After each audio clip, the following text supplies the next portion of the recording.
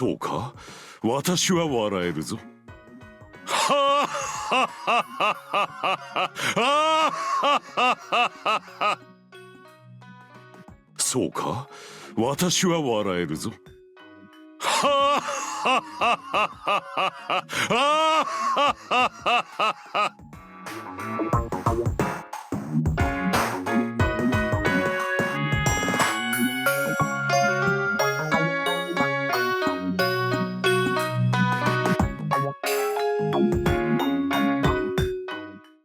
Hi, I thought it'd be interesting to show the process by which I'm making the Tiger Colosseum videos, particularly in case this information could prove useful to anyone trying to do something similar. Or if you happen to be familiar with video editing, then maybe you could tell me how I could be doing this better. The first stage of the process is, of course, the translation itself. So here I've got the first section of the Lancer route already finished, which I'm going to be using as reference for this video. First up is the cleaning stage. We're going to open up our PSP emulator and our definitely legal copy of Fate Tiger Colosseum. Right, so we have a fully completed save file here from GameFAQs. We've got OBS open and we're going to start our recording. So this game actually has a chapter select if you've completed the route before, which in this case is courtesy of the completed save file. Now it would seem as if this streamlines the recording process, as we can basically jump to any scene. The problem is that it doesn't include the post-battle sequences, so the only way to see those is to actually play through the fights manually. So yeah, other than that, it's basically just setting it to auto mode and waiting for each scene to play out on its own. I'll cut back once we get to our first battle. Alright, here we got the first battle here.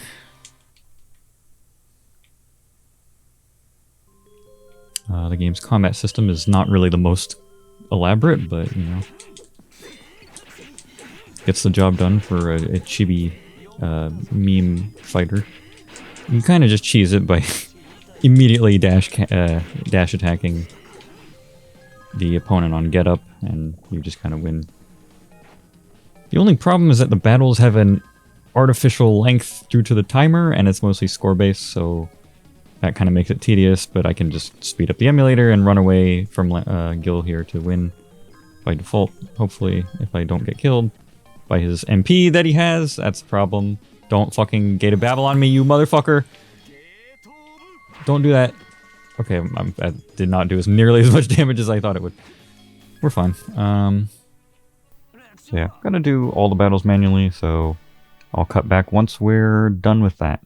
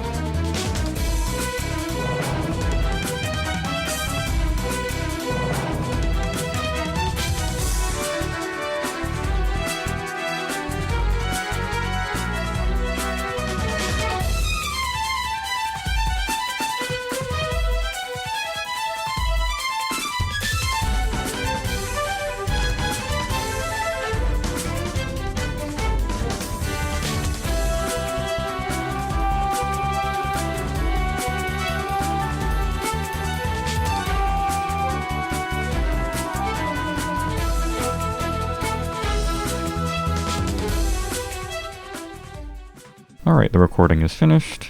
That took about 30 minutes, and now it's time for the actual editing portion. Alright, now we're here in Premiere.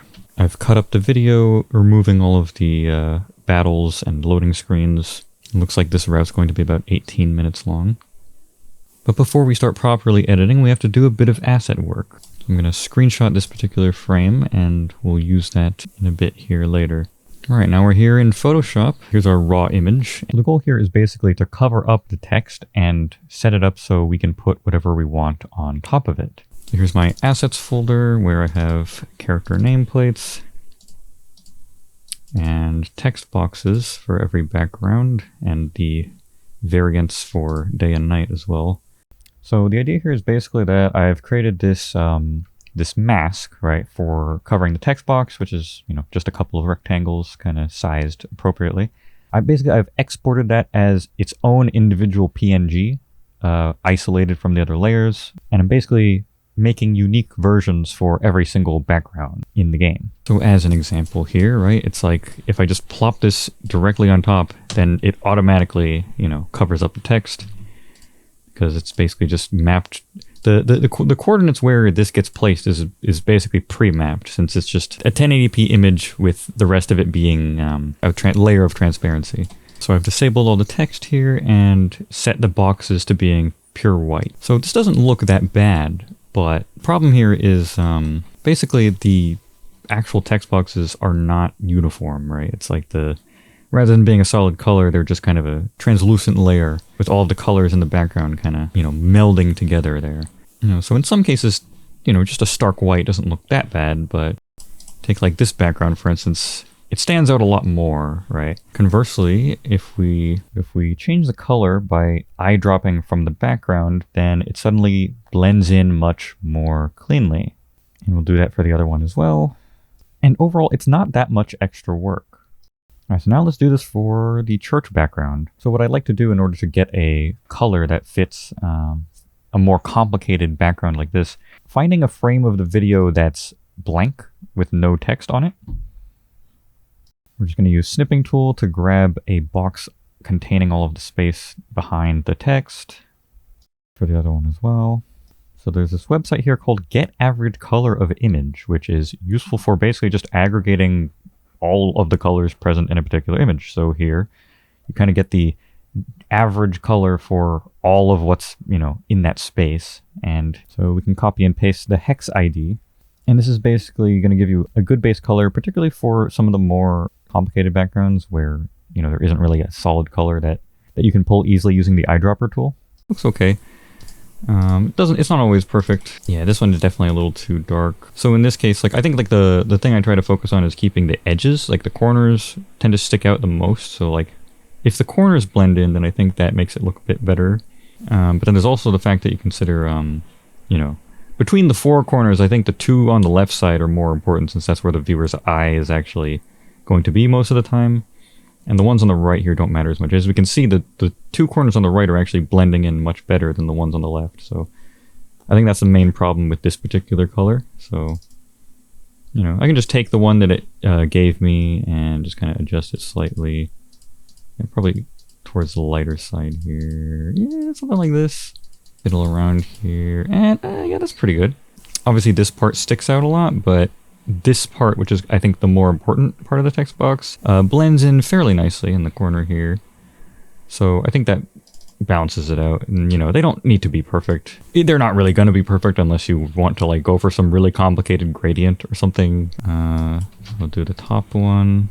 Place the color overlay. So yeah, I just have yeah, this one blends in perfectly. Like, since, you know, the background is already just kind of mostly a flat color, but this looks perfect. And so now we have the boxes set up here. So basically it's just a matter of isolating them like this, and just one at a time. We're going to export these as individual PNGs,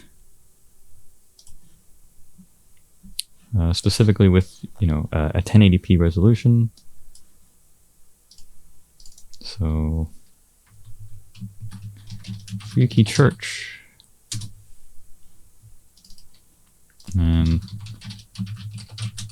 above text. Right, and then bottom text. I kind of fucked that up there. This is the correct one. We have our masks made for this background. And I'll basically just do that for every new background that shows up in that particular route, gradually building a little database of assets for eventually every background in the game. This time we got the nameplates. So here I have a reference guide here of all the nameplates that I've made. Now this doesn't have every character in the game, it's just the ones that have shown up in the routes that I've done so far. And I just add on to it whenever there's new characters. So the Lancer route has the first appearances of Bazette and Karen, so we're going to make their nameplates here as well. Alright, so I've gone and grabbed a screenshot of some Bazette dialogue. All the characters have different colored, you know, color-coded text. Generally trying to make sure that there aren't any two characters whose colors overlap, you know, in case they happen to be on screen together. Ilya and Castors look pretty close, but, you know, when you actually put them next to each other, they do stand out.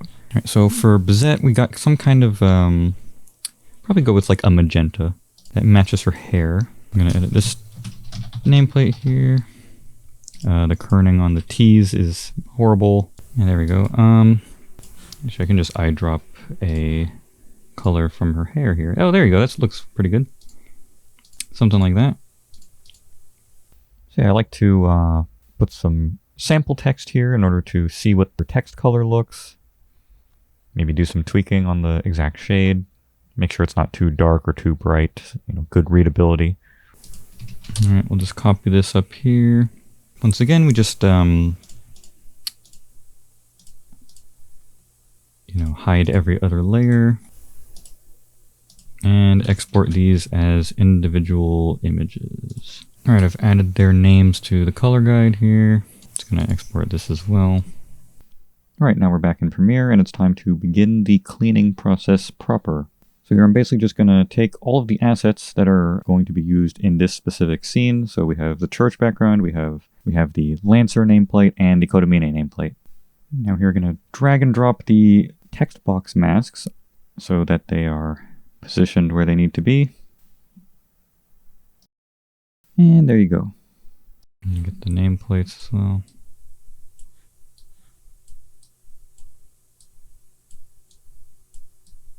Now we have to basically just fill in for all the animations. So it starts out with Lancer coming down from the ceiling. Yeah, basically, like, you know, what we're going to do here is motion between the text box and dialogue, or nameplate rather, to slide down along with the, you know, in-game visuals here. All right, so we're going to go to the first frame. I like to go to the first frame where it's like clearly visible. And then just put both of them here. And then scroll to the last frame of motion, or the frame immediately after as well. Either one. So I actually have some presets here that I've made for various animations. So you see there's a bit of trial and error involved here. So what it basically amounts to is just, you know, a very basic position tweening. You know, and there you go, you know, just kind of comes in perfectly cleanly, you know, not like perfect. I think there's some, you know, discrepancies with like the exact, like, yeah, you can see it's kind of clipping a little bit. It's not following it perfectly. Actually, no, in this case, I think it's just a frame off. Yeah, it doesn't, okay, adding an extra frame was a detriment there. Yeah, it looks good. Doesn't need to be super immaculate as long as it, you know, doesn't look jarring. So the manual process of this is kind of just, I think the text box is easier to do first because it's much larger. The more reliable thing to do is to just kind of math it out, where it's like, okay, it's like position 540, so like do like negative 540, or sorry, set the keyframe first. Into I don't know, set it like negative 540 for the starting point, and then just kind of like, that's not right at all. Wait, never mind. Okay, I gotta add. So 1080. So just double it. And yeah, that works pretty well. Not perfect. It's still kind of jags a little. Like in motion, it doesn't look that bad. So I'll just copy that onto the nameplate as well with so yeah, that doesn't look great. I don't like how it I don't like how it's noticeable, you know. I don't like that there's you can, you know, very clearly see the frames where it stretches too far off. So in that case, I would just kind of tweak, probably just tweak the number that I use. Worst case scenario, I start manually fucking like adjusting it frame by frame, which is kind of stupid, but I mean, you know, I don't know. I want it to look good. But let's clear the effects and just use the preset I made, because, you know, once you get it right one time, you can just kind of use that preset. You can just make a preset for it, and then let's see, lower text slide up, and yeah, it looks fine. Still not perfect, but in motion gets the job done. It's not as jarring as it was previously. This scene is fairly simple because there's only 2 speakers and their positions aren't changing or anything. But of course, you know, every time you get a speaker change, you got to change the, you know, nameplate and have it timed to the frame where specifically where the portrait changes. But yeah, for this scene, we can kind of just drag this out all the way to the end, basically. This all looks fine. And then here we go. Visual effects. So we got a screen flash here. Technically, we could leave it as is, but like, I don't know. It looks better if we actually edit around this. So I'm gonna cut out some frames here at the point right before the flash begins, and then at a point in the middle when the flash is fully subsuming the screen. Yeah, now technically you could just kind of have it like disappear in like a split second, but I like to kind of just, again, I have little presets here just to have it fade out. So I have a scene fade out sort of thing here. So yeah, as you can see, it doesn't just disappear in an instant. It like the animation is so quick that it doesn't really matter anyway. Like you're not really gonna notice. A bit of smoothing on it as well. Here's what that would look like otherwise. You know, just kind of you know, it's just a little too flashy when it's like you kind of get a double punch of like the snap of just the screen suddenly, like all of this information suddenly changes in one frame, and now you're getting hit with this like, you know, 3-frame like white flash, which it's just kind of a bad combo. So, you know, just have this ease in a little bit and kind of blend together with the screen flash. Just makes it, you know, it's a small thing, but it makes a difference, you know. Now we gotta have this ease in. Yeah, and it just kind of fades in along with the white. It fades in, fades out with the white, fades in with the white, sort of thing. So here's how it looks in motion. Yeah, that's how it looks visually. Yeah, pretty nice, you know. Just a couple of little settings there. Just some opacity with, you know, ease effects. Yeah. And the rest of this scene is pretty much fine, and we have the text boxes sliding out at the end there, so of course we got to animate that as well. So get the frame where Kurumine slides out here, and go to around the frame where he is fully gone, just like this one. Alright, we'll just I think this one might be a little easier to math out because it's just it's not half. I don't know, because the in-game animations are just using a math formula to like slide from X value to Y value sort of thing. So you technically can, if you just like figure out the right number, then you can make it pretty consistent.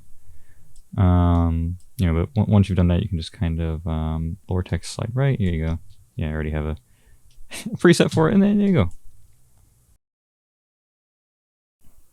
And then Lancer follows suit right here. And I don't have an above text slide right, actually. That hasn't happened yet. So we're gonna have to do this manually. So yeah, the math, okay, going to the right is adding a number. So if we double 960, I'm bad at math. 1920? Which is just the resolution of 1080p. It's just half of 1080p. Okay. If you know math, this is probably easier. Okay. That's not right. It needs to be more than that. Okay, that moved it exactly halfway across the screen, so we're getting somewhere there. So just add another one. 960. Add another 960. Okay, I need a calculator. 960 plus 960 plus 960, 2880. Okay, and 2880. Let's see what that looks like. And it's perfect. What do you know? Math works. Math is real. This is why math is useful. Beautiful. Excellent. 2 sliding animations that are perfectly synced with the visuals. Look at that. Beautiful. So there we go. Cleaning done for this scene. Now on to typesetting. Alright, so The typesetting phase takes us to After Effects, mainly for the sake of getting the scrolling effect on the text, which, as far as I'm aware, you can't really do in Premiere alone, or at least not through absurdly convoluted methods that are not really worth it. So we're going to make a composition for, I like to have a separate composition for each chapter. So we'll make one for the prologue here, just, you know, basic settings. And there you go. So took a screenshot of my Premiere timeline, specifically to get a image of the blank text boxes, just to have as a visual reference while editing the text here. Since this is the first composition for the project file, I have a screenshot here from the completed video of the Shiro route, and I'm just going to use this as a reference here for text. So I'm just going to, that's too many ellipses. Just going to overlap it with the text here, just so I can get a general consistency for where the text is like positioned. And another text layer for up here. All right, so we have two text layers here, one for the bottom text, one for the top text. And this stage is basically just implementing the translated text into a video format here, right? So as far as the text formatting goes, I'm using this font called Curry Island, which I am definitely using legally for sure. And I don't know, I just thought it looked I thought it looked good for, it fits the look of like the text boxes and like the art style. It's kind of a funny, it's a funny font, you know. It's got a, you know, a playful bounciness to it, I guess. I don't know. It's cartoony, but also thick and has decent readability. I don't know.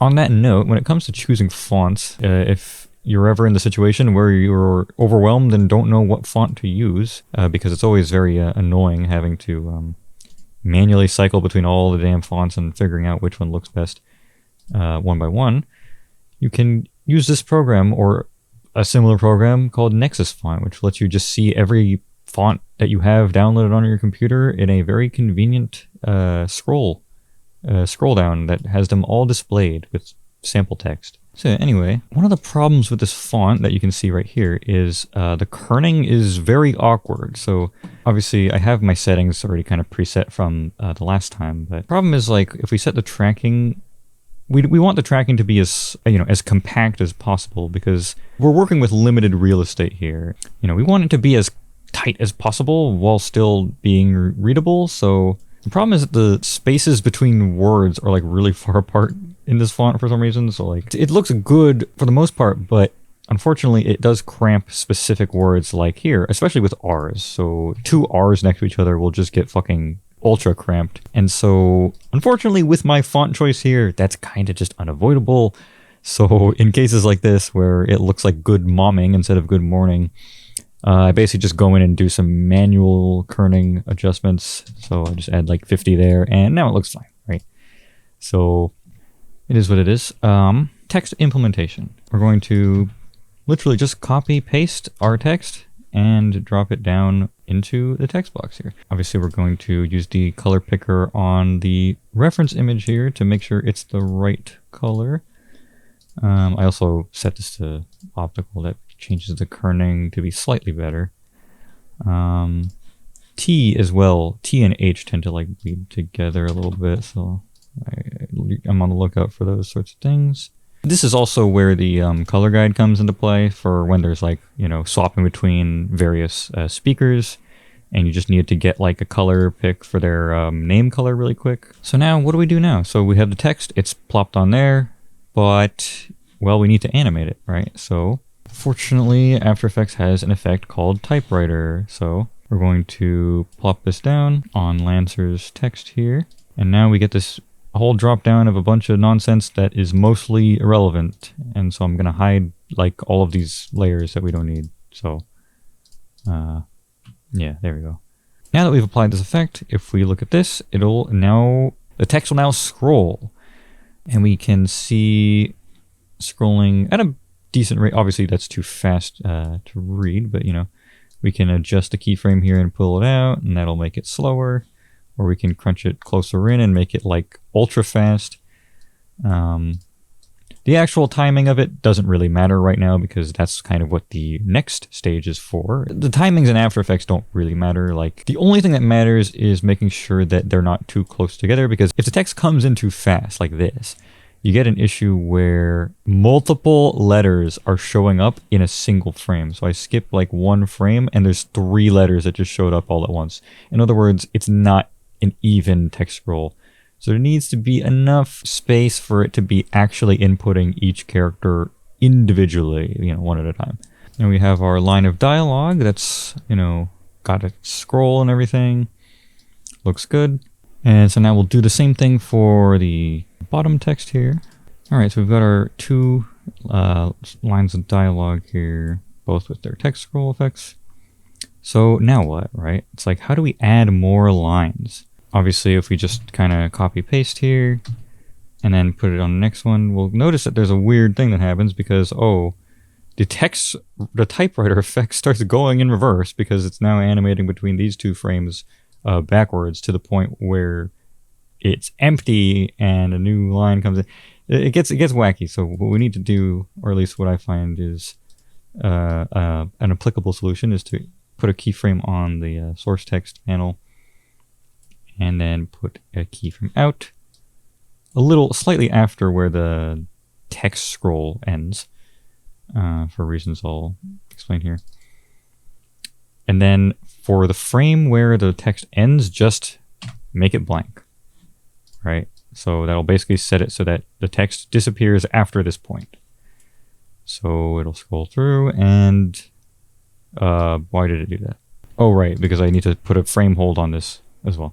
Okay, yeah, and then put a frame hold at the end of the animation so that the animation stops as well. Frame hold there, and then have the text disappear, right? So this is what we want to copy paste here. So here now we got Lancer's next line, which will just be this. And now when it comes to changing the text here, what I basically just do is I'll put my cursor in between where the scroll ends and right before where it disappears. And then I'll just, Control A and plop it in there, right? And that'll put a keyframe here on the timeline. And we just want to, obviously that's gonna, that's just plopped right in the middle of the animation. So it just kind of awkwardly shifts. And we're just gonna move that over and replace the one that's already there. You can hold shift and it'll snap on. And so now it's a new line, right? The reason I do it here specifically is because if you do it earlier, then obviously you can't see the whole line. And so, you can't really see what it's going to look like in its full kind of, you want to see what the whole line looks like in the box, right? So you can properly modify it. And in this case, obviously, it doesn't really look that good. This is cutting a little too close to the edge there. So we kind of want to reframe it. So yeah, we kind of want it to be something more like this. Generally, the main thing you're doing in this phase is implementing the text into a usable format while also making it look good in the box, right? Because in the first place, we're working with limited real estate. If this runs too far, then we'll run out of space. So some lines get pretty long and you do have to start, cutting down the dialogue there. Just want to make sure there's no overlap between the, for the sake of simplicity, you don't want there to be overlap with 2 lines at the same time because you want them to be separate on the timeline, if that makes sense. Now we rinse and repeat. So Codamine line is next. We're just going to do this in the order in which they appear. Sometimes the character will have multiple lines in a row, so they'll just, they'll just get a whole thing there. I think that looks good there. And yeah, I'll just do the rest of this while the video fast forwards.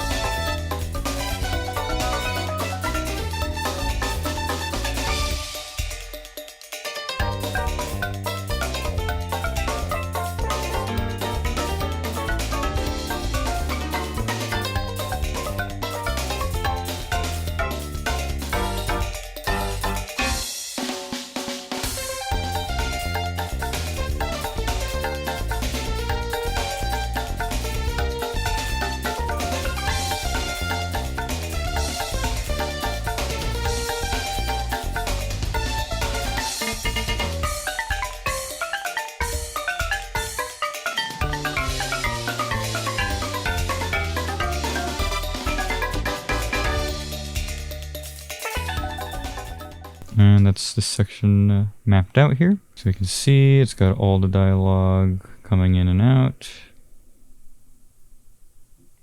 Actually, let me check that line that's particularly long, because I might not have given it enough space. Just make sure it's one character at a time. It looks like it is, so yeah, that's fine. Alright, now we head back into Premiere. Actually, I almost forgot. Very important. I need to hide the reference image I was using there, because otherwise it's going to be plastered on top of the video, which is not what we want. We want this to be text on an alpha channel, so it's just going to be the text as a video, right? On its own. Alright, we're back in Premiere, and now we're going to link the After Effects comp, which is fortunately a very simple process, basically. It's just going to File, Import, and importing the After Effects project file. And there we go, there's our prologue composition we made. Alright, so here it is, and we're just gonna make a new sequence from this. And now we have, as we can see, a video that's just all of the lines, you know, appearing one at a time with a blank background. Alpha channel, so what we're going to do here is basically cut out each line into its own little block. So basically just go to specifically the last, the first frame of each line and make a cut there to separate it from the previous one. The exact frame before the first character comes in, basically, so that it can kind of, just for the sake of consistency, and it does leave a little bit of blank space at the end, but that's actually good. So I'll just cut these all out. All right, got the last line here. There's a bunch of extra space because I made the composition longer than it needs to be, just to, you know, make sure that there's enough room. It doesn't really matter. We can just cut that off. And now we have all the pieces here. We're just gonna, you know, select them all, copy and paste. So as you can see, we've got all our lines here, and they just fit right into place because there's no background and it's just an alpha channel behind them. So now comes the most intensive part of the editing process, which is the timing. So this is the reason why we didn't really pay much attention to how the speed was timed in the typesetting phase, because now this is when we actually meticulously decide the exact length of each line. So we're going to go to basically the beginning of when each character speaks for each line. So here you can kind of see by the waveforms, this is where Lancer's dialogue begins. Because we've already cut it in advance so that the first character will show up right on the first frame of this little clip here, we basically can just put this right in front of where the audio is. So if I let this play, then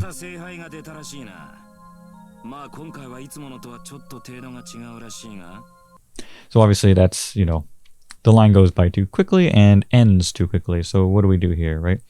Well, first of all, the actual text speed here is too fast, right? So, you know, how do we change that, right? It's like, well, fortunately, Premiere has a very convenient tool called the rate stretch tool right here, which basically just lets me do this and stretch it out while also changing the speed at which the clip moves.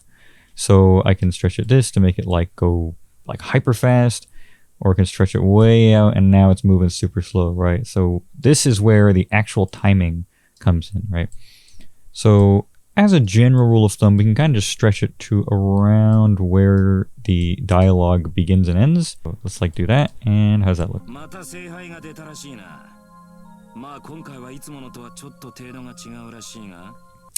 So that's the thing, right?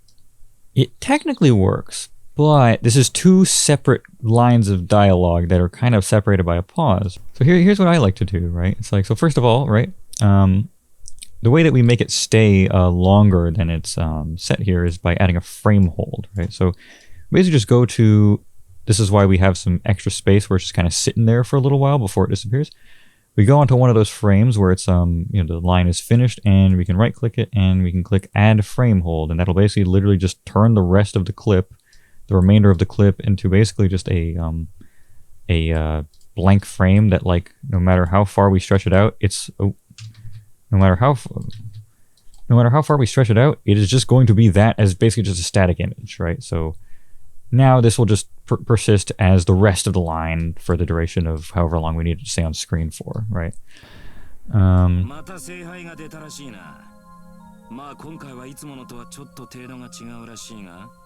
so that already is like fine. That would do, and that's how it would be in in the game itself, right? Like if this were to get an English patch, or if someone were to patch this dialogue into the game, or if you were to play it in the original language, the dialogue, as with any visual novel, would just scroll at a fixed rate, irrespective of the vocal timing, right?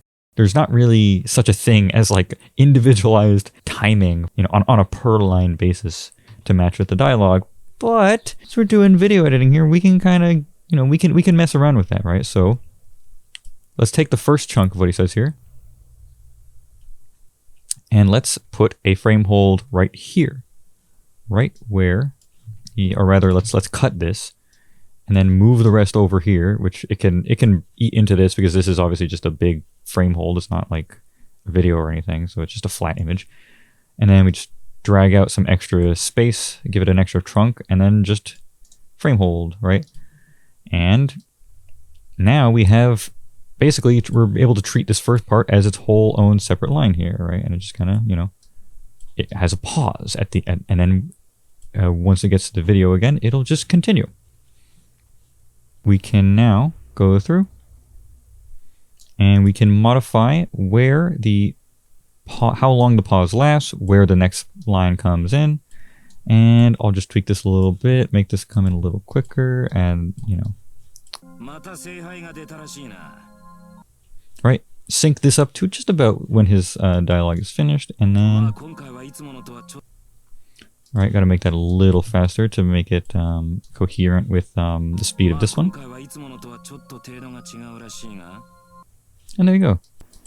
Now we have a slight little pause in between the two lines. Just a little bit of extra effort, but I think it adds a lot, especially in cases where the emphasis adds to the timing and comedic impact of a lot of the lines, or just the flow of how it feels to read, right? As a as a viewing experience. There's always that kind of desync with an automatic text scroll where lines that the characters haven't read yet are already appearing on the screen, or vice versa, and there's this slight jarringness that you have to correct mentally in your head that, isn't really an issue. You can get used to it. But if we have the ability to alleviate it to some extent, then, I think we're all the better for it. For a line like this, I probably wouldn't even do it normally, since it's like, it flows well enough on its own. It's not really like, there's not really like an explicit timing that's like super important. But, there's enough of a pause, you can add it. It's also the first line of the video, might as well go a little extra for that.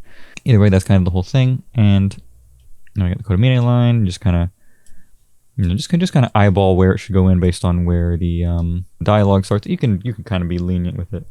So here's a line where it kind of matters a little more. So I'm going to stretch this out more because this line here relies a lot more on the timing of what he's saying.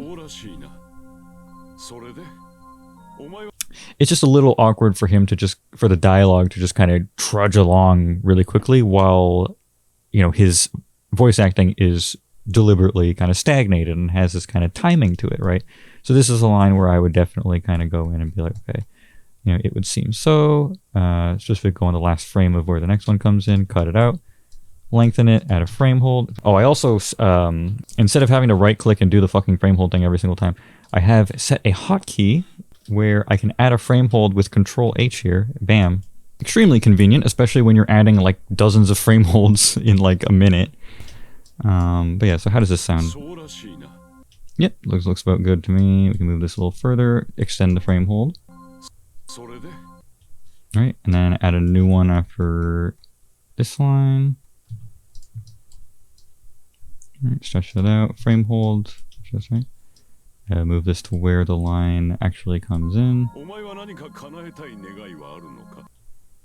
Right, and add another frame hold at the end here, and lengthen that. Also, we can move all this other dialogue a little out of the way because it's kind of interrupting. I like to just kind of also turn that layer off so we don't have to see it.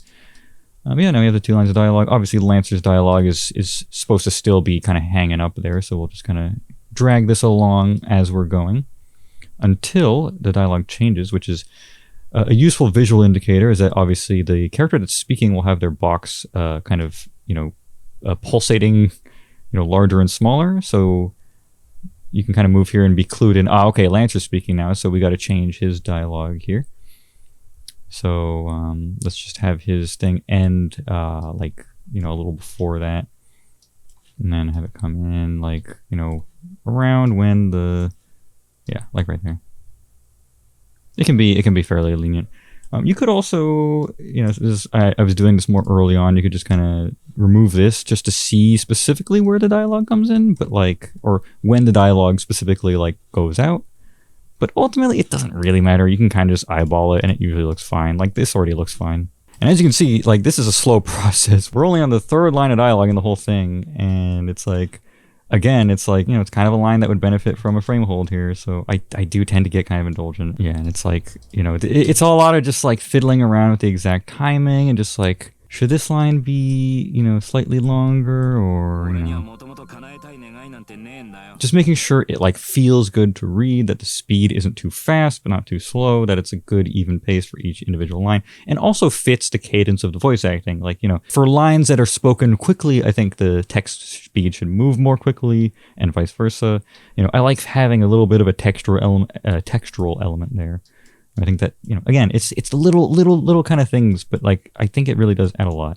You know, the timing, like once you start adding timing, you kind of just can't go back, because it adds so much to the timing of like how you read the lines that like it feels awkward to not do it. So I end up doing it more than I probably need to, and you know, it ends up extending the amount of time it takes to make these videos. But you know, it's a little bit of a, it's a thing. So I'm just going to do the rest of the timings here and check back in if there's anything noteworthy I have to say. So here's one thing I'll note is, notice that the R and T here are a little too compact here. I missed that while I was editing the typesetting. You know, didn't adjust the kerning there. So if there's ever any adjustments we need to make to the dialogue, fortunately, it's very convenient to do so. We just right-click the sequence of this you know, video here, or any of these, it doesn't matter which one, and we just click Edit Original, and it will literally just open After Effects and take us directly to it. Not to the exact line, but to that specific composition, which is also why another reason why it's good to have separate compositions for each scene. So it just kind of takes you, yeah, it'll just put me to the last one I was on. Right, here we go. Kerning between R and T, we can just adjust that a little bit, and we can swap back to Premiere, and in real time we will see. We're gonna move the playback a little bit. No, it's not changing. What the fuck? Oh right, I'm an idiot. Every single time you adjust the dialogue, you have to replace the original starting text, of course. There we go, it changed. Okay, I'm dumb. So yeah, both the typesetting and timing stages kind of double as an editing pass. So it lets me look back at all of the lines and make any sort of revisions, whether it's like, oh, I think it should be translated like this, or oh, it needs to be shorter to match the voice line better, or it needs to like fit into the text box because it's too long. All sorts of considerations like that. So yeah, these two stages kind of give you the opportunity to kind of tweak the dialogue from how you had it originally. You know, it's easy to kind of change your mind when you're seeing it, you know, as it will look in the final thing. Also note that sprite changes specifically are a very natural place to have the dialogue change. So right here is where I would just kind of have this one disappear. Oh, well, the frame after, actually. Yeah, there you go. Here's a really good line that emphasizes the comedic timing aspect, right? そうか、私は笑えるぞ。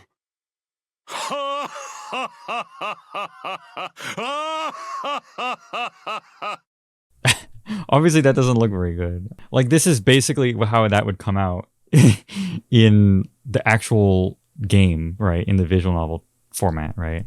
And it's like, you know, you kind of get you get this weird anticipation where like all of this laughing comes out well before you hear him actually, you know, say it. So how do we remedy this, right? It's like, well, we do manual timing edits, but we're gonna map it out laugh by laugh because it's funny that way.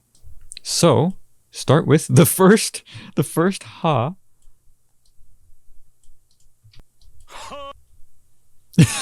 Yeah, that's funny. And then the second one starts around here. Then haha. Yeah, like this is a lot of effort for this bit, but like it'll be worth it, I swear. Oh god, it gets really messy. What have I done? Okay, isolate the problem. Oh, I missed a ha. Like 1, 2, 3, 4, 5, 6, 7. There should be one more. Oh, I missed one. How could I do this? Oh, I'm a fraud. All right, I need to add one more. So let's go back into After Effects. In fact, it might be funny to actually have this dialogue larger. So yeah, unfortunately, here's the thing with changing the dialogue in After Effects. A lot of the time, that's going to change the timing that you set in the timing phase. So it's all thrown off now because, well, I've added extra characters to it, so the length is different. So now we got to redo that all over again. It turns out I was right the first time. I had the correct amount of laughs. I just added an extra one for no reason and fucked it up. So I put a bit of a makeshift band-aid over it instead of editing it again. So ignore that. But yes, here's how it looks now.